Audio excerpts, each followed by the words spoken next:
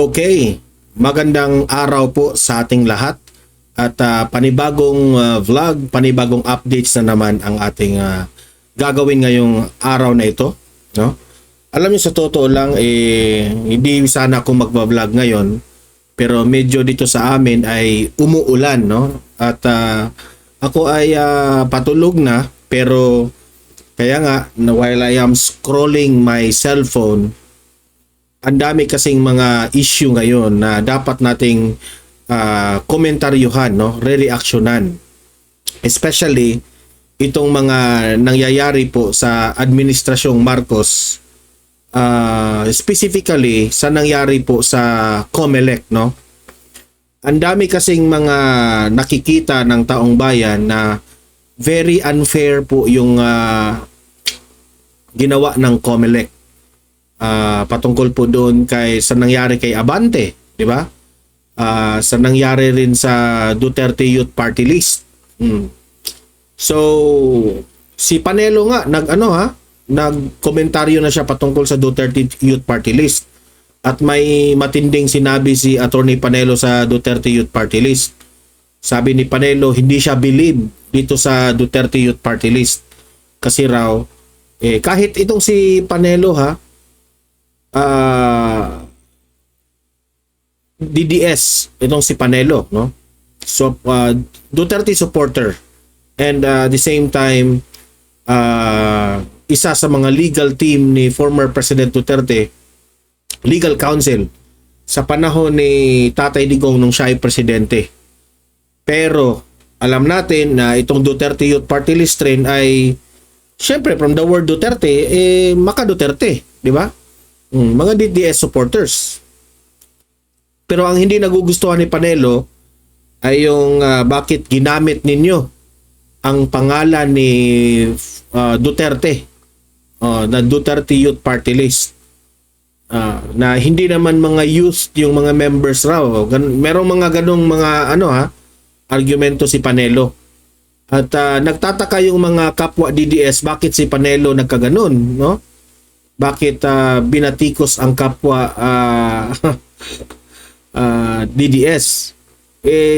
Alam niyo naman yung pinost niya ng bilyonaryo yung Bilyonaryo News Channel, no? Umani ng mga batikos ng mga dilawan rin at mga loyalista. Alam niyo naman na itong mga loyalista na ito, masaya sila, kapag ang mga DDS ay nag-aaway-away. Isa lang yan kasi dito rin kay Maharlika at Attorney Harry Roque, at balita ko kasi merong mga nagpo-post, di ko lang alam kung gaano katotoo, no? Pero sina Joey Cruz, yung ating kaibigan, at si Attorney Trixie, parang meron silang hindi pagkakaunawaan, no, sa hanay ng Roque, Maharlika at Joey Trixie. Yung magkakampi raw itong si Trixie at si Joey, tapos magkakampi raw itong si Maharlika at si Roque naman, no? Sa tingin ko naman ang ang komentaryo ko dito, sana naman kung yung ang issue ay sa chismis lamang o kung anong mga hindi pagkakaunawaan ng mga inyong paniniwala, wag na sanang palakihin kasi pagpipiestahan tayo ng mga dilawan Tayo na lang po ay mag-focus sa main issue. At yung sino yung main natin na kalaban is yung gobyernong pinabayaan ng taong bayan.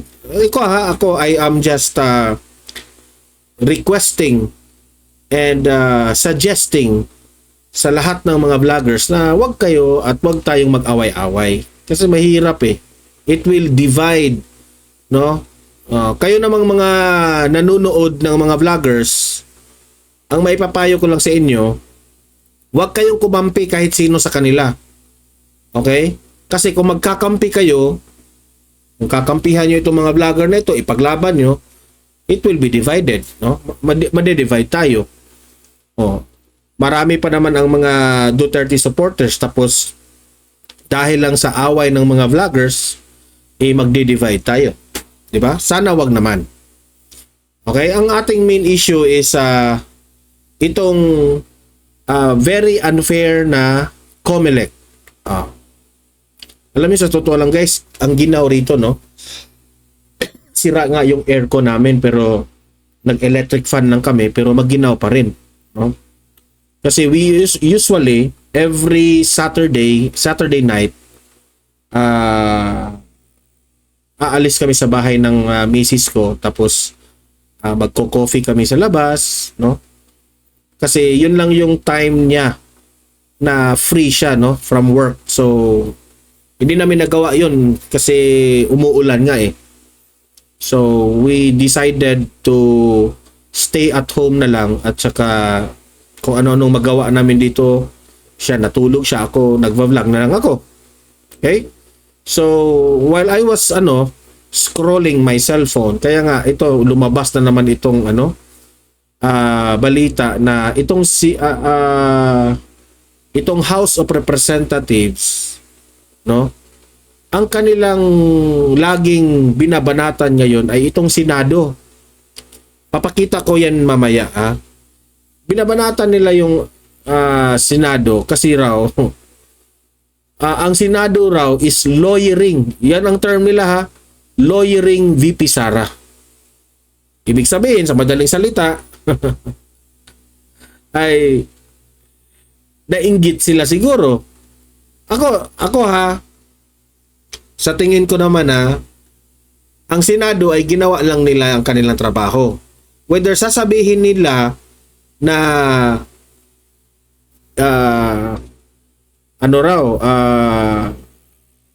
parang binagal yung ang impeachment, no? Pinapadelay, yun ang term, pinapadelay. Wala na tayong magagawa diyan eh. Kasi at the end of the day, kung merong mga gagawin ang Senado, votation yan eh. Kung sino yung nag-vote naman sila, 18-5. So ang masusunod, yung mas nakararami. Okay, so mamaya ipapakita ko yan sa inyo at natin yan, ha. Isa kasi yan sa topic natin ngayon eh. Ito, pangalawa natin pag-usapan ay panoorin natin itong interview ni Cheryl sa patungkol sa tinanong si Bongbong Marcos tungkol sa impeachment ni VP Sara. At syempre, expect na natin yan, no? I-deny ni Bongbong Marcos. Mamaya, kasi mahaba itong interview niya, at himay-himayin natin bawat mga answers niya at mag-react tayo, okay? Ito, pangatlo, no? Last but not the least na pag-usapan natin ngayong araw na ito ay itong si Attorney Harry Roque. Nagsalita na nga itong si Attorney Roque patungkol sa nangyari ni Congressman Abante, no? Sabi ni Attorney Harry Roque, no, nakakahiya yung nangyari kay Abante. Nanalo ka lang kasi dinisqualify yung kalaban mo. Okay, so ang daming sinasabi ni Attorney Roque. Alam naman natin si Attorney Harry Roque, galit rin ito kay Abante, di ba? Kasi isa rin ito sa mga ginigipit si Roque nung Tuwadcom hearing. Ngayon, bumabanat na ngayon itong si Attorney Harry Roque kay Abante, which is ako naman nakikinig ako kay Attorney Harry Roque. May punto naman si Attorney Harry Roque at yan po ay i-react natin mamaya, okay? Pero bago ang lahat guys, bago natin ito itatalakay, help me po muna na i-like at saka i-share itong ating video para guys kakalat ito sa taong bayan, okay? Like and share, 1, 2, 3, go. Ayan, thank you very much. And sa mga bago pa lang dito sa aking channel, mag-subscribe na po kayo para lagi kayong updated sa ating mga balita, and at the same time, yung mga cellphones po ninyo ay ma-notify yan kapag meron tayong breaking news, bagong uploads, at kung nagla-live mismo ang ating channel, malalaman po ninyo. Kaya mahalaga po na mag-subscribe tayo sa Donmar TV. 1, 2, 3, go. Ayan, nakasubscribe na ba lahat? Okay, okay? So unahin muna natin itong ano pinost ito ng Politico page ng Facebook. Nasaan na ba 'yon? Teka muna ha. I think hindi ko nalagay pala. Wait. Wait muna ha. Hindi ready si Donmar TV. Ayan. Ayan. Okay. Yan, binalita ng Politico. Sabi dito, the spokesperson of the House Prosecution Panel criticized Senate Impeachment Court spokesperson Attorney Reginald Tungol for his statement that seemed to be lawyering for Vice President Sara Duterte. Di ba kung matatandaan natin si Tungol, siya po ang pinaka-last na nag-press con sa Senado. No? At meron raw napapansin nitong House of Representatives na parang he was lawyering for Vice President Sara Duterte. Alam niyo mga taga House of Representatives, no? Sinabi nga yan ni Panelo kayong mga taga House of Representatives, instead na kayo ay maghanda, kayo ay mag-study sa impeachment, no, na gagawin, yung mga ebidensya nyo na ginagawa ninyo, instead na yun ang pagtuunan nyo ng pansin at pag-aralan nyo, kayo po ay sobrang nakikialam pa dito sa Senado o itong impeachment court. Kasi ang Senado magiging impeachment court yan Di ba? So, why? Bakit? Pag-aralan nyo, may hinihingi ang Senado yung pag-return or remand nila sa articles of impeachment. Yun ang pagtuunan mong pansin. Ano bang saan tayo nagkulang? Bakit ito binabalik sa kanila? Binabalik sa atin? Trabahuin ninyo para kung sa ganun, smooth yung gusto nyong mangyari. Ang napapansin kasi ng taong bayan ay puro kayo kadramahan, puro kayo papreskon, puro kayo halatang halata na nagpapasimpatya ng taong bayan. Yun ang ano ninyo yun ang hilig ninyo. Ito lang yung tanong ko. Bakit? Hindi ba kayo handa sa ebidensya ninyo? Totoo ba yung mga ebidensya ninyo o gawa-gawa nyo lang? Di ba? Yan ang hirap sa atin. Siguraduhin nyo na yung mga ginawa nyong pag-impeach kay VP Sara, siguraduhin nyo na pagka nandoon na yan sa impeachment trial sa Senado, siguraduhin nyo na papaniwalaan kayo ng taong bayan, papaniwalaan kayo sa mga senador judges. Alam nyo, pinagtawanan lang kayo ng Senado Why? Bakit ko nasabing pinagtawanan lang kayo ng Senado?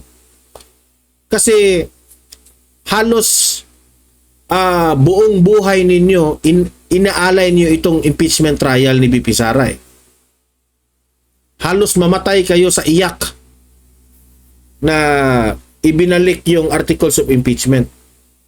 Kasi you give more effort Nagbigay kayo ng effort dito na ma-impeach itong si VP Sara. So natatawa ang Senado sa inyo. Bakit natatawa sila? I-explain ko sa inyo. Sino ba namang hindi matatawa dyan na sa sobrang daming dapat nyong ipaliwanag, eto pang milyon lang ito. Itong ipinaglalaban ninyo. Di ba? Kung meron man tayong kung passionate tayo na ayaw natin ng korupsyon dito sa Pilipinas, bakit nyo uunahin itong si VP Sara? O kahit nga, bakit sinisingle out nyo lang? Bakit si VP Sara lang? Ito seryosong tanong ito, mga taga House of Representatives, especially ito mga tuwadkob. Seryosong tanong.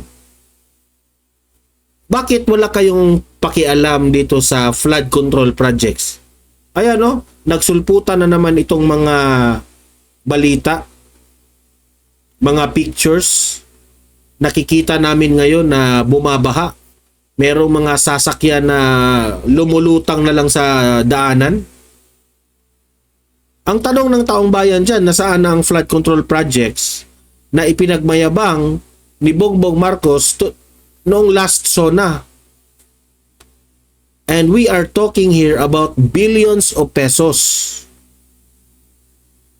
Nasaan? Nasaan yun? Anong mai-explain ninyo? Alam ko naman na i-deny nyo yan Sa tingin ko, sasabihin nyo, walang corruption dyan. Yes, sige. Hindi naman namin kayo pangunahan na mayroong corrupt na ginawa ninyo. Sige nga, anong nangyari? Sa sobrang laking budget ng flood control projects, bakit bumabaha pa rin? Tapos dito kayo nakatuto kay VP Sara. Paano na yung problema natin sa PhilHealth? Ano na yun? Yung pera ng PhilHealth na kinuha ninyo para ilaan sa ibang programa. Nasaan na yun? Billion yun Nasaan na yung question ni na Attorney Vic Rodriguez, yung sa GAA? Okay? Anong nangyari dun? Yun sana ang tututukan ninyo. Kasi it involves national budget na problema ng Pilipinas. Itong si VP Sara, mabuhay tayo kahit yung 125 million na yan, hindi yan masauli niya. O kung meron man siyang kasalanan. The problem here is you are accusing VP Sara of corruption, which is, sabi ni VP Sara, paano ko ikukurap yung milyon lang yan? Ang corruption ngayon, billion na ang corruption ngayon. Kasi ginasta niya ng 11 days. Yan kasi ang pautot ninyo, ginasta ng 11 days. Na hindi nyo inisip, binigay yan ni Bongbong Marcos 11 days na lang. Dapat na niyang ma-release yung budget na yan. Bakit hindi mo ipatawag si Bongbong Marcos rin? Di ba? Galing yan sa kanyang pera na yan Di ba? So, nakakagalit ang mga ganitong bagay ba? Nakakagalit at very obvious na gusto nilang durugin nila ang kaaway nila sa politika para lang mananaig sila sa next election. Because this woman will win in 2028. Will win in 2028. Kaya tinarbaho na nila. Gusto na nilang malaglag. So, alam nyo every time na itong House of Representatives nasasabihin na yung Senado, lawyering, sa totoo lang, ang corny ninyo. Sobrang nakakahiya kasi para kayong nagmamagaling sa Senado. Tinawag na silang senador kasi binoto yan ng tibuok buong bansa. Kayo, binoto lang kayo sa inyong mga constituents. Binoto lang kayo sa mga ayuda ninyo. Tapos ang yabang-yabang ninyo. Makipagdebate muna kayo dito sa Senado bago kayo magyabang. Sino ba kayo? Congressman lang kayo versus the senators, di ba? So do not say na Senado is lawyering VP Sara. No, it's not lawyering. They are just following following the democracy. Mas nakararaming mga senador ang gustong i-remand o ibalik ang articles of impeachment. At yun po ay obligasyon ninyong trabahuin yan kaysa magdakdak kayo ng dakdak araw-araw. Di ba? Ito. Sa usaping impeachment na ito, heto rin ang sagot ni Bongbong Marcos sa interview ni Cheryl. Ito. Panoorin nyo ito, ha? Play. Puntahan ko naman po ang mainit na usapin ngayon. Punta ako sa politika, impeachment, Sir President. Kasalukuyan mainit talaga ang usapin. I'm sure, ito na naman parang may bago na namang teleseryeng inaabangan ang mga kababayan natin sa takbo po nito. Sa itong impeachment na complaint kay Vice President Sara Duterte, may mga aligasyon po na ang pagkaantala nitong proseso ay Siguro, duda ko, ilang cut siguro ito? Hindi, kasi hindi ko napapansin na nagsta-stutter si Bongbong Marcos Sumagot So may kinat talaga. ng personal o pampolitikang interes. Ano po ang inyong pananaw dito? Lahat ng impeachment process nasa legislatura yan. It's between Congress and the Senate. That's not I'm busy with the transport, with the rice. So, ang kanyang reason, hindi siya mangingialam sa impeachment kasi nga ang daming problema ng Pilipinas. Yun ang tinututukan niya. So, nagtataka lang ako, bakit nag-iba yung sagot mo, Mr. President? Last week, sinabi mo na you are willing na magkipag-initiate ng meeting ng House at itong Senado na magkaayos sila sa kanilang mga tawag doon? Disagreement, di ba? Sabi mo. Willing ka. Willing mong iayos itong House at itong Senado. Pero ngayon, sabi mo, busy ka sa trabaho. Busy ka doon sa kung ano-ano ginagawa mo. Alam mo, Mr. President, kaming mga vloggers, sa lahat siguro ng presidenteng nagdaan, ikaw yung pinaka mahirap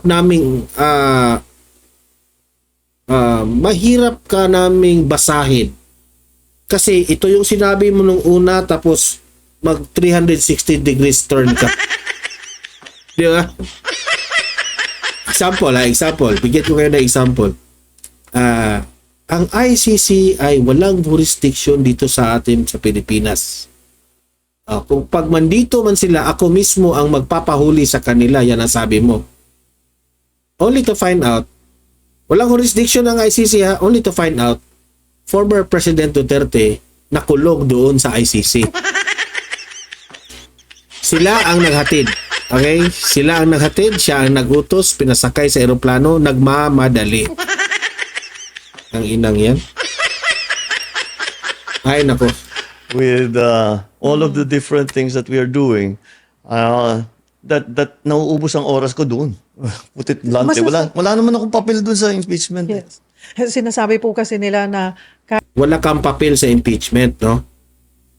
Pero si Liza Araneta Marcos, wala akong sinabi. kahit nasabihin na separation of powers, meron at merong say ang Pangulo sa magiging desisyon. Siguro if a president chooses to do that, I choose not to. Ayon nga kay Leni Robredo, sinungaling, di ba? Kayo na humusga. Maniniwala ba kayo o hindi kayo maniniwala? Puntahan ko po ang West Philippine Sea. Sinabi po ni Commodore J. Tariela na ang dapat na susunod na Pangulo ng Pilipinas ay dapat ipagpatuloy po ang inyong polisiya. So, Yan, kasi BP Sara man ang mananalo. Patay tayo dyan. West Philippine Sea. And then in February, you said Filipinos do not yield. How do you want history to remember the Marcos policy sa West Philippine Sea? We did not yield. We did not yield. We did not yield. Ulit. Sa West Philippine Sea. We did not yield. We did not yield. Pwede natin. Sabog pa yata. We continue to protect the sovereignty of the Republic. We continue to defend the territory of the Republic. And we continue to protect and defend the people of the Republic. Hindi naman tayo nakikipag-away. Pero wag niyong binabangga yung mga mangingisda. Hindi ba? Wag niyong kami hinaharang dun sa... Grabe, ang tapang-tapang. Takpakan.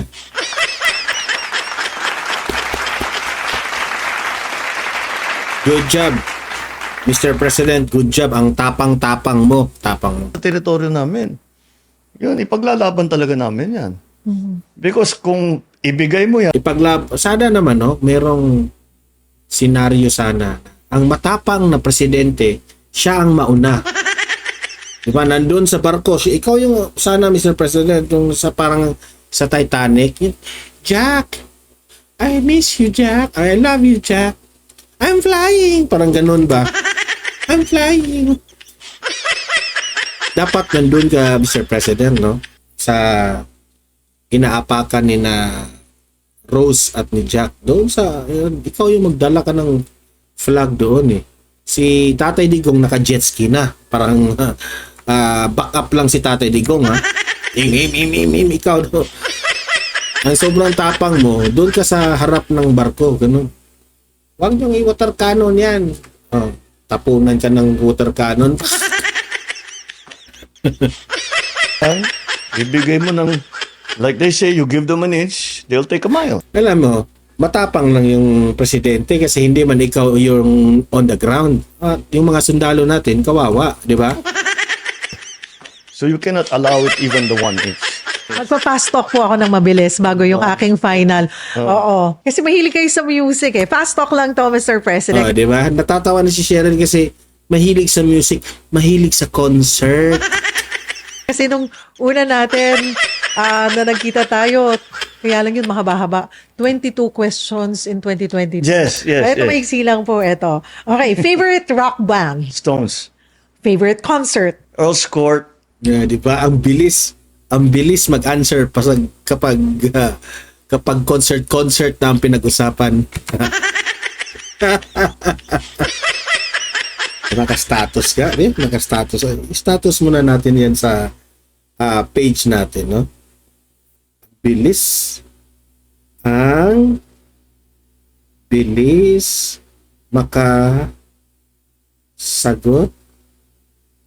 ni BBM kapag ano yun unang tanong ni Cheryl? Favorite concert? Earl's Court. Lang po ito. Okay, favorite rock band? Favorite rock band pala. Ang bilis makasagot ni BBM kapag favorite rock band.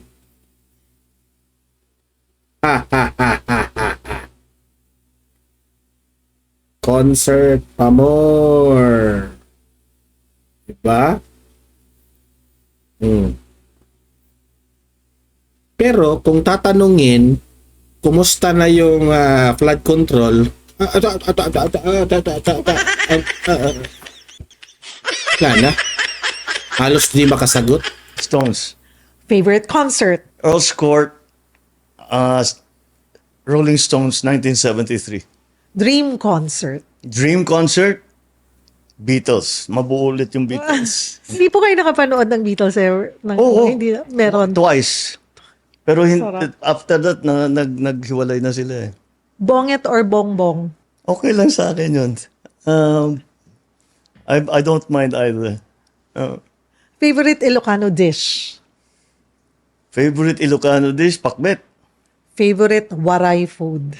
Sisi. Ko alam yun na. Mr. President. Sisi yung maliliit na oyster na ginagawang bagoong. Oo. Oo, ang sarap nun. Parang, Pag pagod na pagod kayo sa trabaho, Mr. President, syempre, minsan nakakalimutan na kumain. Anong pagkain ang nakakapagpangiti sa inyo or nakakapagpapawi man lang ng pagod or init ng ulo pag ayan na, okay, nabawasan na. yung comfort food, Comfort food. Pinoy. Basta Pinoy food, sinigang.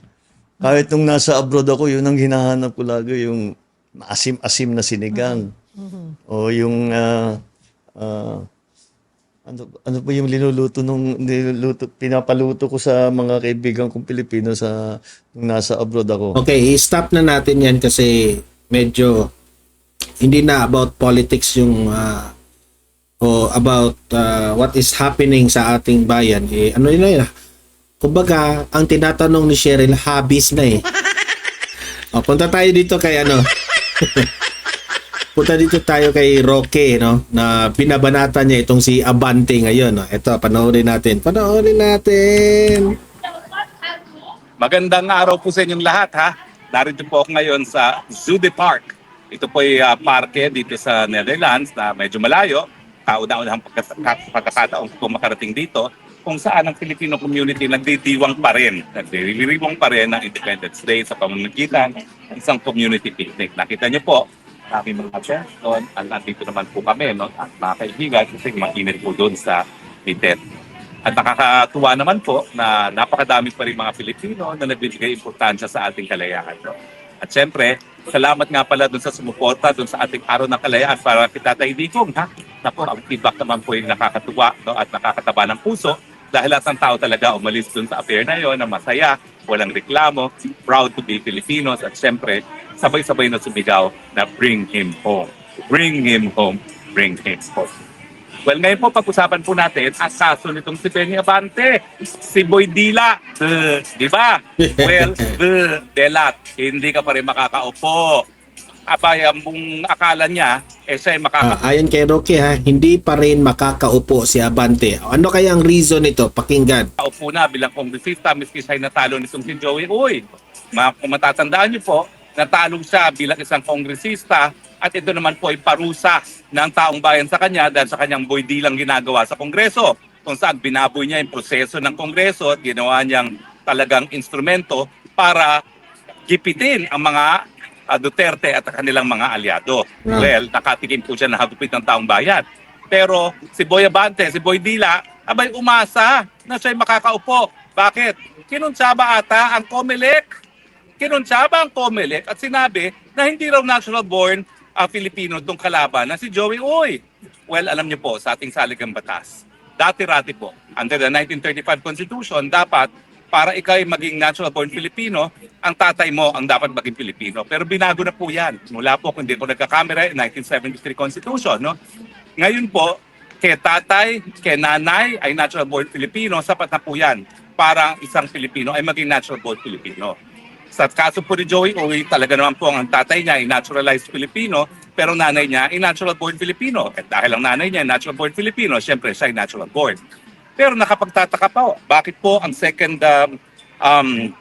yung parang second, anong tawag doon, division ng COMELEC ay nagdesisyon na babaliwalain ang kanyang Certificate of Proclamation dahil daw po di umano sa pagiging hindi natural born. Yan ang ating argumento kanina, di ba? Hinayaan pa nila na makasali sa eleksyon itong si Uy. Nanalo. Pinoklaba. Sa kanila dinisqualified. Grabe. Yan na ba ka-obsess yung mga tambaluslos dyan? Na kaya nilang palusutin ang mga ganito? Nakakahiya kayo? Kasi sa saligang batas natin, hindi sapat na ikaw ay Pilipino. Kasi po pwede ka maging Pilipino through naturalization. Yung nag-a-apply ka no, sa hukuman o sa OSG. Kinakailangan talaga ang natural born ay meron kang dugong Pilipino. Kung ikaw ay, ang nanay mo o tatay mo ay Pilipino, whether or not married o hindi. Ang punto po is nakapagtataka kung bakit matapos maproklama si Uy, saka siya i-disqualify. Now, syempre, hindi maalis sa isipan ng tao na luto ito. Bakit? Kasi nga, napakatinding aliado na administrasyon itong si Boy Dila. At siguro dahil siya matinding kaalyado na administrasyon, syempre, napabura, no? Yan po iniisip ng marami. Ako po, hindi ko maintindihan. Kung talagang pinakita naman ni ni Joey Uy na siya, ang nanay niya ay natural born Filipino, talagang wala pong kaduda-duda. Simple lang po yan. Sa mga abogado, alam namin yan na hindi kinakailangan na tatay lamang ang maging natural born Filipino. So nakapagtataka po yung desisyon na yan kung totoo naman na ang nanay niya ay natural born Filipino. Wala pong basihan. At saka bakit atat na maanal yung proclamation? Alam niyo po, iba ang eleksyon ng Kongreso. Bakit? Kasi hindi po gaya ng Senado na merong 12 naiiwan. Wala pong naiiwan na kongresista dito sa Pilipinas. Kada 3 taon, talagang nauubos ang kanilang termino. At kung hindi mapoproklima ang mga kongresista, wala tayong kongreso. Dahil nga po importante na magpatuloy ang gawain ng Kongreso, dahil ang pinaka-importanteng gawain nila pagdating ng Hulyo ay yung pantao ng budget, nakasaad sa ating Omnibus Election Code na wala talagang tinatawag na pre-proclamation controversy ang mga kongresista. Ibig sabihin, yung mga dayaan, hindi po pwedeng makonsidera yan. Basta tuloy-tuloy lang ang bilang ng boto at kung sino ang pinakamalaking boto, siyang madideklarang panalo as kongresista. Kasi importante na sa lalong mabilis na panahon, maproklema yung mga nananalong mga kongresista. Otherwise, wala tayong kongreso na gagawa ng budget pagdating ng July. So nakapagtataka na bagamat walang pre-proclamation controversy ang mga kandidato para sa kongresista, nagkaroon ng ganitong kontrobersiya pagdating kay Joey Uy. Now, ang pagkakaalam ko po, talaga naman pag ikaw ay nanalo na proklema na, at hindi pa nag-a-assume ng opisina, meron pa talagang jurisdiction ng COMELEC, no? Pero ang COMELEC dapat magdesisyon pagdating sa issue ng citizenship sa hiwalay na aksyon na tinatawag ng co-waranto. Hindi ko po alam kung nagkaroon ng co-waranto yan. Kasi kung yan po ay yung nauna ng aksyon para ideklarang null and void yung kanyang certificate of candidacy, yan po ay sakop na ng pre-proclamation controversy. No? Importante na kapag naproklima na, magkaroon talaga ng direct challenge sa citizenship sa pamamagitan ng co-waranto. So hindi ko lang po alam kung yung decision na yan ay sa pamamagitan ng co-waranto petition, pero sa tingin ko po hindi, kasi napakabilis namang decision yan. Wala pang 1 buwan ang election natin, meron silang decision sa co-waranto. So sa tingin ko, Tama. ito ay pa rin sa pre-proclamation controversy, no, na dapat hindi na-entertain ng COMELEC. Now, ang tanong, abay ang Boydila ay nag-celebrate na. At sabi niya, ipagpapatuloy daw niya ang gawain ng Huwad Committee. Well, Boydila, ikaw ngayon ang dinidilaan. Hindi ka uupo. Bakit? Well, ngayon po kasi, nagkaroon na ng bagong desisyon ang Korte Suprema. Ito po yung Mangundadato versus COMELEC. Na yung second placer rule ay hindi na po ipapatupad. Ano ba yung second placer rule? If for any reason, yung nahalal na opisyal ay na-disqualify at hindi mag-qualify doon sa kanyang opisina, yung second highest number of votes ang siyang uupo. Well, sabi ng Korte Suprema, hindi tama yan. Dahil sa eleksyon, merong pinili ang taong bayan. Ang second placer, bagamat siya ay second placer, hindi siya pinili ng taong bayan. So ang talunan, full stop. Hindi po pwede na siya ay mapoproklima kung madidisqualify yung naproklima.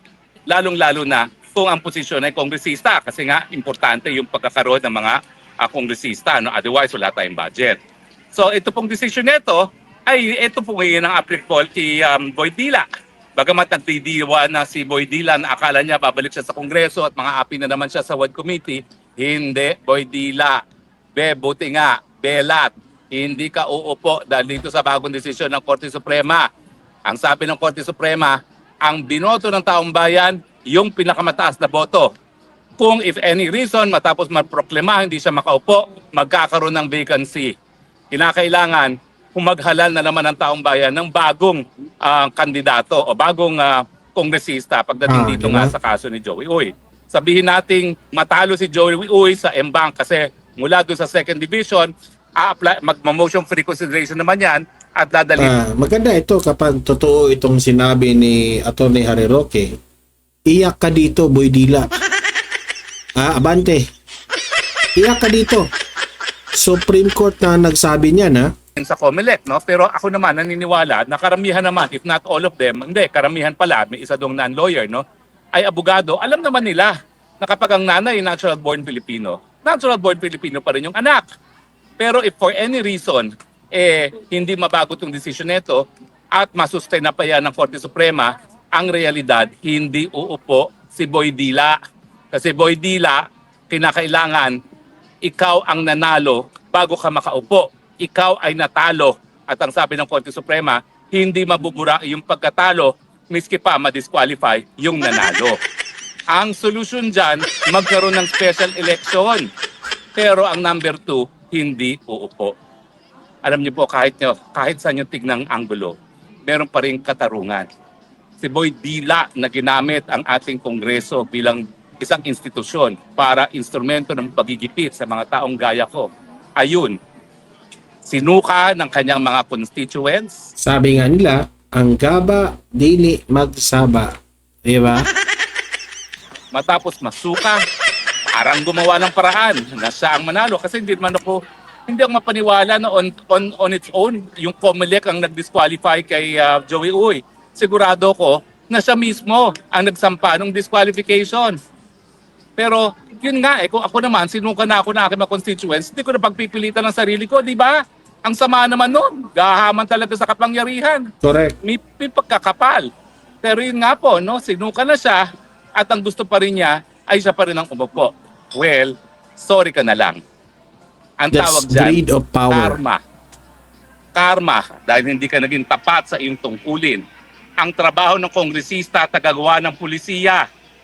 Ang trabaho ng kongresista, bigyan ng solusyon ang problema ng kagutuman, ng mababang sweldo, ng kakulangan ng trabaho, at saka ang peace and order. Hindi trabaho ng kongresista na manggipit ng mga kalaban sa politika. Karma talaga yan. Lalong-lalo na sa isang tao na nagpapanggap na siya anak na isang ministro ng Panginoon. Yung mga kabastusan na ginawa mo sa akin at sa ibang tao sa Kongreso, yan ba'y gawain ng Kristiyano? Kapwa Kristiyano pa naman kita. Ano ba yan? Ewan ko ba sa pagdadasal ko hindi ko nga maintindihan bakit nagkaroon ng Kristiyano gaya mo kasi baka isipin ng maraming nanonood sa'yo na lahat ng Kristiyano gaya mo. At saka ano ba yung dila-dila mo pa? Hindi ko maintindihan, pahubad-hubad ka pa padila-dila yan ba'y gawain ng isang ministro na Panginoon? Kaya ka naman at hindi naman ako nagtataka na dahil dyan, bokya ka ngayon at ikaw ngayon ay ordinaryong mamamayan. Bagamat ikay nagnanais na makaupo, hindi mangyayari yan. Kahit anong lakas mo pa sa tambaluslos, magsanib puwersa pa kayo, bokya ka na. Dahil sa demokrasya, pag sinuka na ng taong bayan, hindi na hinihigop ang suka. At ang gusto mong mangyari, higupin ng taong bayan, sinuka nila. Hindi po yan mangyayari. At salamat na lang. At nandyan ang desisyon ng Korte Suprema. Okay, so ayan po ha. Klarong-klaro po ang explanation ni Attorney Harry Roque. Hindi po pwede na si Abante po ang manalo at mananatili dyan. Kasi sa Korte Suprema, hindi po ang second highest votes ang ipapanalo. Kundi, alam ng Korte Suprema na ikaw ay natalo. So kung ang gagawin raw is magkaroon ng vacancy sa seat na yon kung talagang merong disqualification at merong special election. Okay? So Abante, atras ka na naman, di ba? So guys, yun po ang ating topic natin ngayong gabi. At alam niyo naman na patulog na tayo, no? At tayo naman po ay nag-vlog kasi wala tayong ginagawa ngayong Saturday night, no? So ayun. Maraming salamat sa panonood ninyo. At please like and share this video para kakalat ito sa taong bayan. Subscribe dito sa channel natin para lagi kayong updated. And don't forget na to mag-comment, mag-react sa mga pinag-usapan natin ha. At usap-usap tayo sa comment section. Sa mga audience ko dito sa Donmar TV, thank you very much. At yung pangalawang channel natin, Donmar TV, Balitang Totoo, subscribe rin kayo doon. No? Ang daming mga videos natin doon na hindi nyo makikita dito sa main channel natin. Okay? See you in my next video. See you in my next live. Have a great day. Have a great night. God bless po sa ating lahat. Mabuhay ang Pilipinas and God save the Philippines. Bye-bye. Good night sa mga nanonood ng gabi.